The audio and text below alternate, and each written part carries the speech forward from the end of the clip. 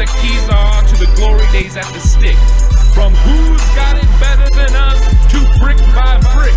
It's always the 49ers way, from off-season to game day. Yeah, we talk back.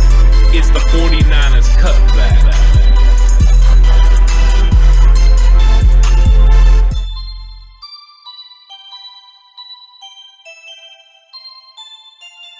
It's 49ers Cutback podcast time. It's a national tight end day.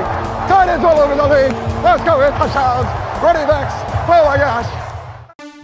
Happy National Tight Ends Day, guys. The 49ers and George Kittle have reached an agreement on a contract extension. 5 years, $75 million. Now everything is right in the world. I'm Anthony Robertson, and here with me is the horse, Alex Horse. What's up, Horsty? What's going on, guys? I like tight ends. They're almost offensive linemen. Also here, Alex Asenia. What's up, Alex? Hey, man, great to be here. I also like tight ends. They're almost like wide receivers. Well, I like tight ends too, so. Horst, how are you feeling about this now the deal is done? I'm really excited about it. I don't think anyone's too surprised. I am happy at the number, though, because I think Kittle could have really pushed for a little bit more than this. But he's shown once again that he is a team-first guy and just wanted to get it done and play football. But I don't think any knowledgeable fan expected this to turn out any other way. Kittle is too important for them to let walk away. He's the heartbeat of that team. He's a team guy through and through. He doesn't care if they run the ball, pass the ball, how they win. I think this is a great deal for both the team and for George Kittle. The same feeling for me with this. I don't think really anyone expected this to not happen. We've been talking about it for a while. Like, this is the conversation has been, this is what's going to happen. We're going to bring him back. The only people saying they're not bringing him back or that he is somehow walking away from San Francisco are people who just like to live in fairy tale fantasy land. It's just not. It wasn't a reality. He was staying here. He's one of the few positions where I feel like there's comfort at the position. Like, we have a few spots where there are guys playing at that spot, playing at those positions where we love them. There's even a few guys who are like the generational guys who are going to be here for the next generation of 49ers that we're going to remember for a long time. He's one of them. And anyone who thought he was walking away is not only foolish, but I have to question your understanding of the game. Like, he was going to be here. I'm happy that it's done. I'm glad it's done. I'm glad that we get to wear number 80, number 85 for multiple guys now in our organization who've worn that number, Vernon Davis and Kittle. But that's now like, it's becoming the trend now of Mike 49er tight ends. So it's like, this is the guy of the future. This is the guy that's going to kind of help us lead the way towards whatever this team ends up being, whether it's a dynasty, whether it's just longevity in terms of success and some Super Bowls, or whether this ends up being one of the better 49er rosters that we've ever assembled. Maybe not this year, maybe it's 2-3 years from now, but he's going to be a part of the story for the long haul and hopefully much longer than what the contract extension was for. This is a fair deal for both sides. The 49ers weren't going to pay the $20 million that the agent was asking for. That was crazy. And in that world, George Kittle wouldn't be on the 49ers. But at $15 million, I think anything under that would have been what the team was looking for. So I think they met in the middle and came up with a good deal that still helps George Kittle do what he wants to do, which is be on the 49ers and yet further the tight ends. He wants the tight end market to change, and he's reset the tight end market, which shows by Travis Kelce signing so close behind him for almost a similar deal, a 4-year deal. But I think that George Kittle was trying to do his best to make sure he took care of the tight ends, took care of himself, and took care of the 49ers. And I think they came up with a good balance for that. It was always going to happen. It just mattered at what timing it was going to happen and making sure that the numbers worked for everybody. It's never an easy situation to negotiate, especially with somebody that you really like, that you want on the team. You can't let them know, even though you have to let them know, yeah, I want you on the team. You can't let them know, like, dude, I'm desperate to have you on the team, because then you lose your leverage in negotiating, and it's still a business in the long run. But I like that the 49ers showed George Kittle, yeah, we care about you, and if you do good things with production, then we're going to keep you on the roster. So I think that this was the perfect deal to come up with. I'm happy with it. I think pretty much overall, from what I've seen, the reactions have been really good. I think everyone's happy with it. So now that Kittle has reset the market for tight ends, Alex, is he the best tight end in the NFL? Yes, but again, you say yes and you make that statement and people fly off the handle and, but what about? Yes, I get it. Travis Kelce is one of the better receiving tight ends that we've had in the game in quite some time. But we're talking about the tight end position, and the tight end position includes the blocking aspect. And he is a phenomenal blocker. Our run game is not as strong as it is without someone like him shoring up the edge, being able to do the variety of different things that he can get done, and the way he gets them done. On top of that, route running wise, he runs every route in the book, man. He's not just a guy you throw out there in space to run a little seam. He's not just running outs. Like he's running the route tree, the post corners, the way he creates separation, how he does it.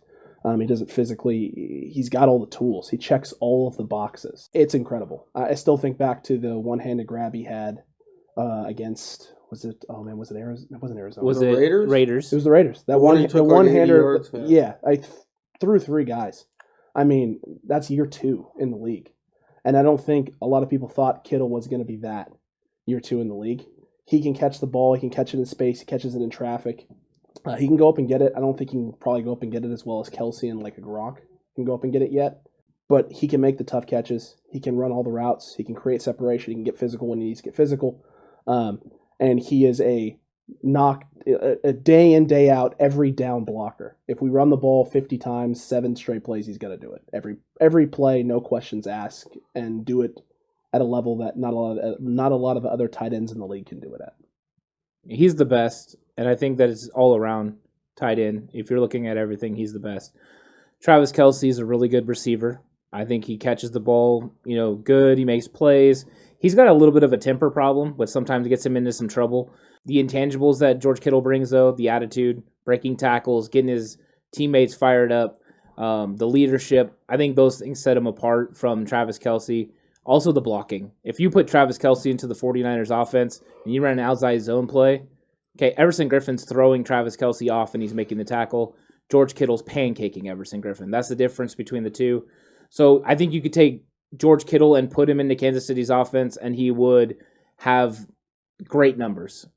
Maybe even better than Travis Kelce. But I think if you put Travis Kelce into the 49ers offense, yes, the pass numbers would be good, but I don't think the run game would be as successful because George Kittle's better at that.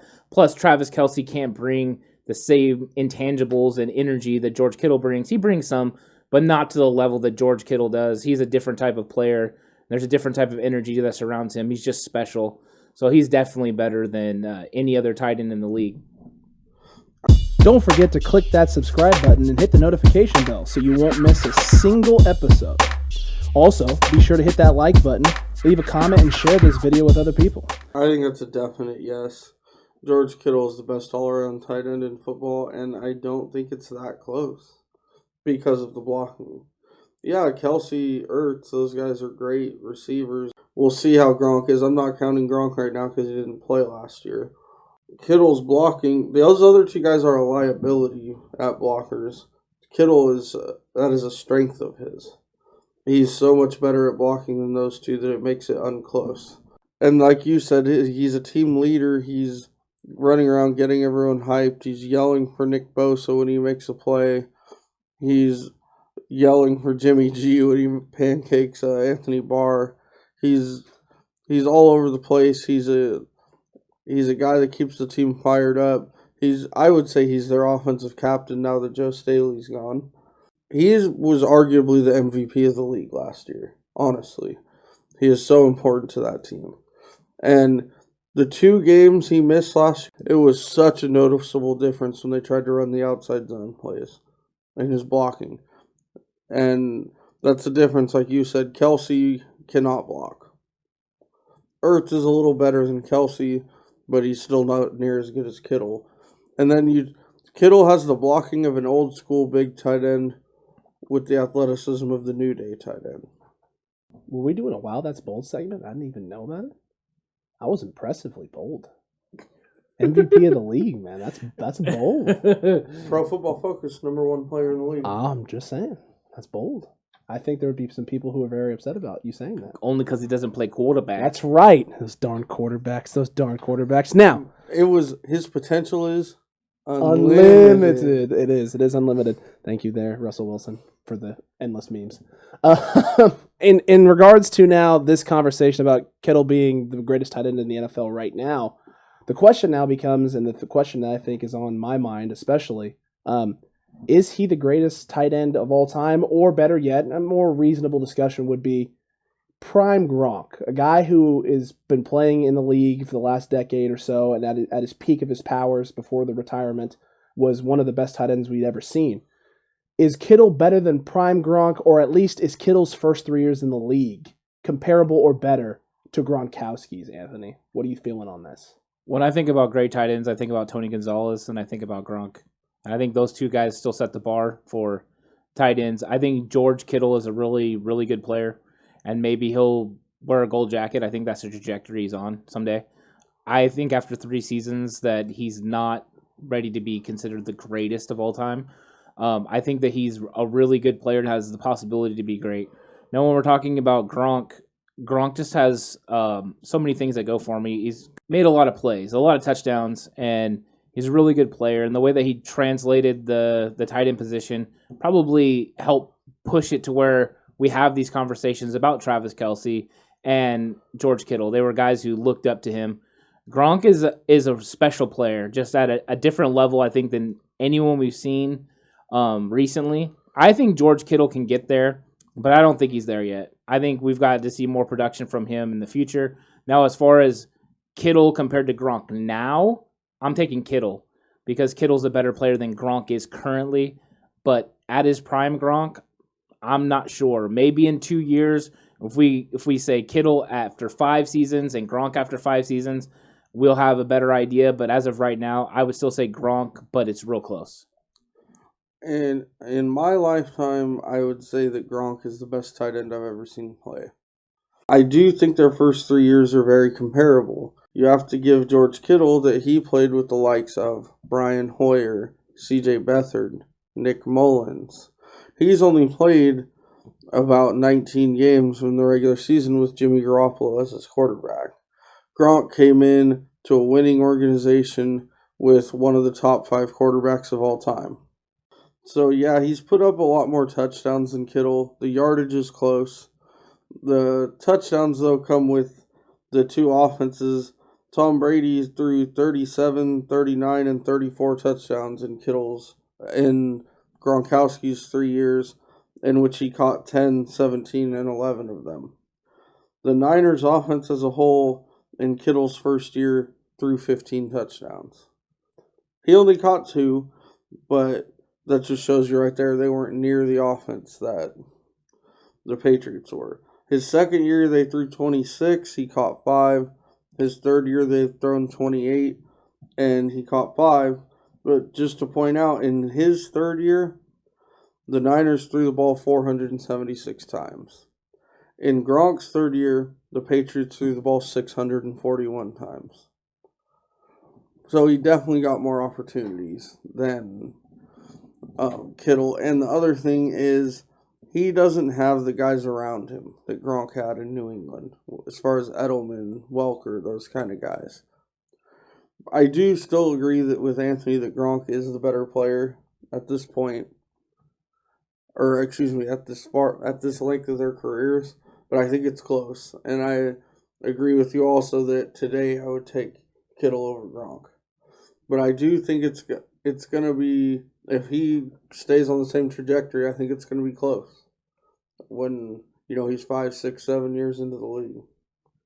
I would agree with both of you there on your points. I like the things that you guys had to say about that. I think all of it's accurate, and I would lean more towards it, yeah. Is Kittle the best tight end of all time? It's too early. It's obviously too early. It's an interesting thought, though, because of his trajectory and what he's done. If you compare it to someone like Gronkowski, as Horst said, yardage-wise, Kittle's got kind of the upper hand on him in those first 3 years. He had the 1,300-yard year in year 2, which set the record for tight ends at the time. And it was 790 and 546 the previous 2 seasons. Kittle's already got 2,000-yard seasons and a 500-yard season in year 1.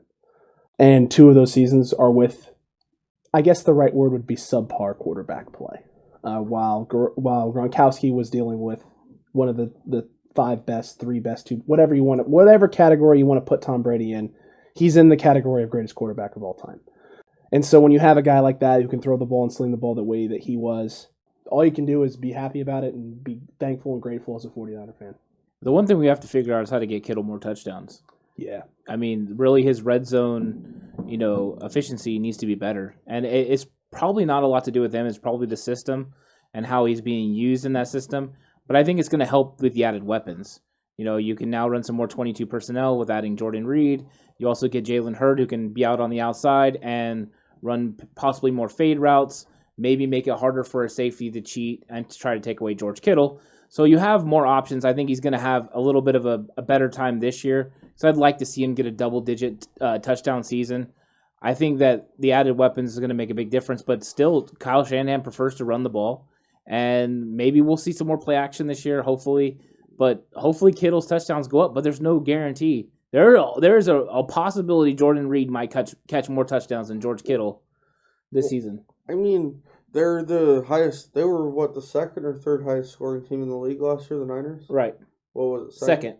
I mean, and they only threw 28 touchdowns, which isn't very much. It's just their system is to pound the rock when you get close to the goal line, and it's worked for them. That's another thing we've all said how much we like about Kittle is that you don't see Kittle walk to the sideline with his head down when they call a running play to score instead of throwing it to him. It's just the difference when New England got in the red zone. It was him out there. It was Gronk out there with Edelman or Welker or whoever, and one going high, one going low. And he got a lot more opportunities to score in the red zone. That's not really the way the 49ers operate. What I'm saying is I think the 49ers should change somewhat the way they operate. They haven't been as successful in the red zone as they should have been. Too many field goals. Fair enough. I mean, even if you look at the Super Bowl, field goals. Yeah. And we need to convert touchdowns at a higher level. And I think a lot of that goes to probably some conservativeness, but also I think they just need the weapons to open it up because I think they lock down on Kittle when they get into that area. And, I mean, who's your other big red zone threat last year? It was Kendrick Bourne. I mean, that's really who it was. He caught 5 touchdowns. Kendrick Bourne caught 5 touchdowns, which to me is insane. RZKB. Sure. But no, I mean, you're right. The red zone issue. No, agreed. Yeah, no, you're fine. And that's the thing, though. Is like Gronk, a lot of those touchdowns, I'd say probably 50% of those probably came in the red zone. There's a good chance that 50% of them came from within 2 or 3 yards out. And the stats and the numbers would reflect that, too, because some of those seasons where he has the 12 TD season, he has 82 receptions that year. I mean, 12 touchdowns, you're expecting that number to be closer to the hundreds, but a lot of them aren't. He has a year where he has 55 receptions. 55. That's nuts. 55 receptions, a fifth of your catches are touchdowns? Mm-hmm. 1/5. That's insane. But that's because you had so many weapons, so many different ways that they could go about doing things, and you could stick Edelman, Danny Amendola, a young Danny Amendola. They had Brandon LaFell still at that time too, who was coming off of the big first year with New England, where he had 1,100 yards receiving. Coming out, I think he was at Carolina before that and had a decent season, and then came to New England and blew up. So they had young, fast, big talent all around. And so you could isolate Gronk one-on-one, and as we've seen, Gronk is a physical specimen. He wasn't always great at creating separation, but he could bully himself into whatever position he needed to be, and Tom Brady is great at putting the ball in spaces where only his guy can get it. And when you got a guy like Gronk who's that big and can go up and make plays and is that physical, you don't have to worry about him getting pushed out of a spot. He's going to get to where he wants to get to, and then Tom Brady gets to put the ball where he wants to put it, and magic happens. And it's great to watch, and it's beautiful, but you don't see many tight ends that can do that. Kittle is close to that. He's not there yet, but he's close. But we got to find a way to, like you said, put guys on the field to put him in positions to be able to make plays in the red zone. And I think they addressed some of that with the Reed sighting. And I'm hoping some of these young guys, like you said, are that little bit of extra oomph to get us over the hill here and make it so that we can be more effective in the red zone. Yeah, I think Jalen Hurd and Jerick McKinnon are going to be big in that. With them being able to catch the ball, the backfield motion, that's going to create a lot of different things. You can watch some of the plays that the 49ers make in the red zone. They motion George Kittle, gets the safety's attention. Here comes Kendrick Bourne on a slant, touchdown. So right now, George Kittle's getting all the attention, and he probably will. But once these other guys start producing, and you can start moving them around with motions, fly sweeps, and play actions, then, yeah, George Kittle has a good opportunity to score some more touchdowns this year. All right, we had some training camp news. 49ers signed wide receivers Tavon Austin and J.J. Nelson. Horst, what do you think about these two signings? I like them. They clearly were looking to add more speed. Kyle Shanahan said in his post-practice press conference yesterday that he prefers to have at least 10 receivers in camp at all times. Right now they only had 9 healthy, so he brought these two in to work out.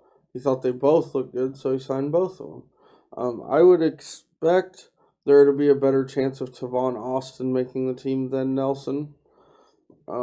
He's never really panned out to what he was supposed to be when he left West Virginia. Was picked top 10, right? Top 10 pick. Yeah. Yep. By the Rams.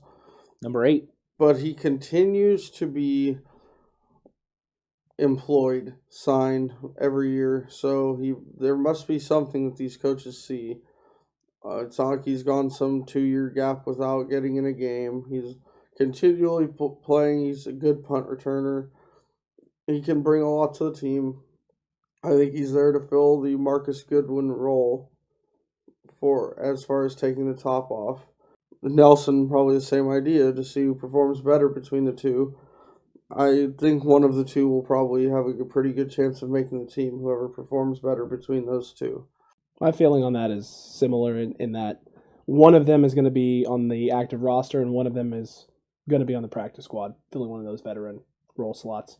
If I'm picking or if I'm thinking beforehand just based off who's done what in the league, I think Tavon Austin has shown more potential to blow up and do more. So I would lean towards Tavon Austin being the guy who makes the roster and J.J. Nelson being the guy who ends up on the practice squad. But it's a nice depth add. It adds some assurances, I guess, at the wide receiver spot, and it adds some veteran presence for the young guys. We got a lot of them who are going to need some guidance, especially with Travis Benjamin opting out now. You kind of needed to fill that void of having some more veteran wide receiver presence on the roster. Nothing about this, though, blows my mind or is oh my gosh, we just did it, boys. We fixed the wide receiver position. It's more along the lines of, all right, sweet, we added some depth. We got some guys that maybe, like Horst said, they continue to be employed. So Shanahan obviously sees something there that he's if I can get this to click here and make this work, then I got something in my back pocket for later that we can pull out when we need to. But otherwise, I just feel it's just there for depth and security, like a security blanket. We got a couple fast guys we can do stuff with if we need to. I think it's a direct response to Travis Benjamin opting out. I think they had a particular role they were looking to fill with him, with him opting out, they needed to fix that. I also think it has something to do with Deebo Samuel because he runs a lot of reverses and a lot of fly sweeps and stuff like that. And now with Travis Benjamin being gone, you really only have Brandon Ayuk that could possibly do that, and you don't want to put that much on a rookie. So you bring in somebody like a Tavon Austin. I think it was always about Tavon Austin. But I think they brought in J.J. Nelson as another fast guy that they could look at and see, hey, maybe if Tavon Austin's not ready, we go ahead and go with J.J. Nelson. They both showed up in shape, ready to go. Both look good. So might as well bring them both on. They're more valuable than, like a Chris Thompson who they had to release to make this signing. So I think Tavon Austin is kind of a guy that fits more what the 49ers try to do, positionless receiver. He can run reverses, fly sweeps, play in the backfield, run the outside zone, screen passes, all that stuff. Plus, he's still a downfield threat. He reminds me a lot of a kind of like a Deshaun Jackson, but not to that level. So I think that he's somebody that Kyle can kind of have fun with. I think he's sneaky, has a good chance to make the roster. They're familiar with him. He used to play for the Rams, so I think people understand who he is and what he's about. The only problem with him is he's so small. He's 5'8", he's 175 pounds. Not exactly a guy you want to see going over the middle taking shots. But if he can play in the slot role sometimes and fill the return roles, maybe he's a replacement for Richie James. I think that they've kind of been looking for an improvement from that kick return position, punt return position, and even just a better receiver. Richie hasn't really reached the potential I think they thought he had. So Tavon Austin might be that possibility. All right, guys. So the next episode that you will see will be coming out on Friday. It will be Project 53. We'll be putting out our 53-man roster predictions. So make sure to check that out on Friday. All right, guys. Chalk another one up. Make sure to tune into the next 49ers Cutback podcast. You can find us on Spotify, Apple Podcasts, YouTube, Anchor, Google Pods, or wherever you listen to your podcasts. Don't forget to click the follow button so you won't miss an episode. You can always follow us on Twitter at 49ers Cutback. We'll be back soon with another great episode. Stay safe, and remember, the right way is always the 49ers way.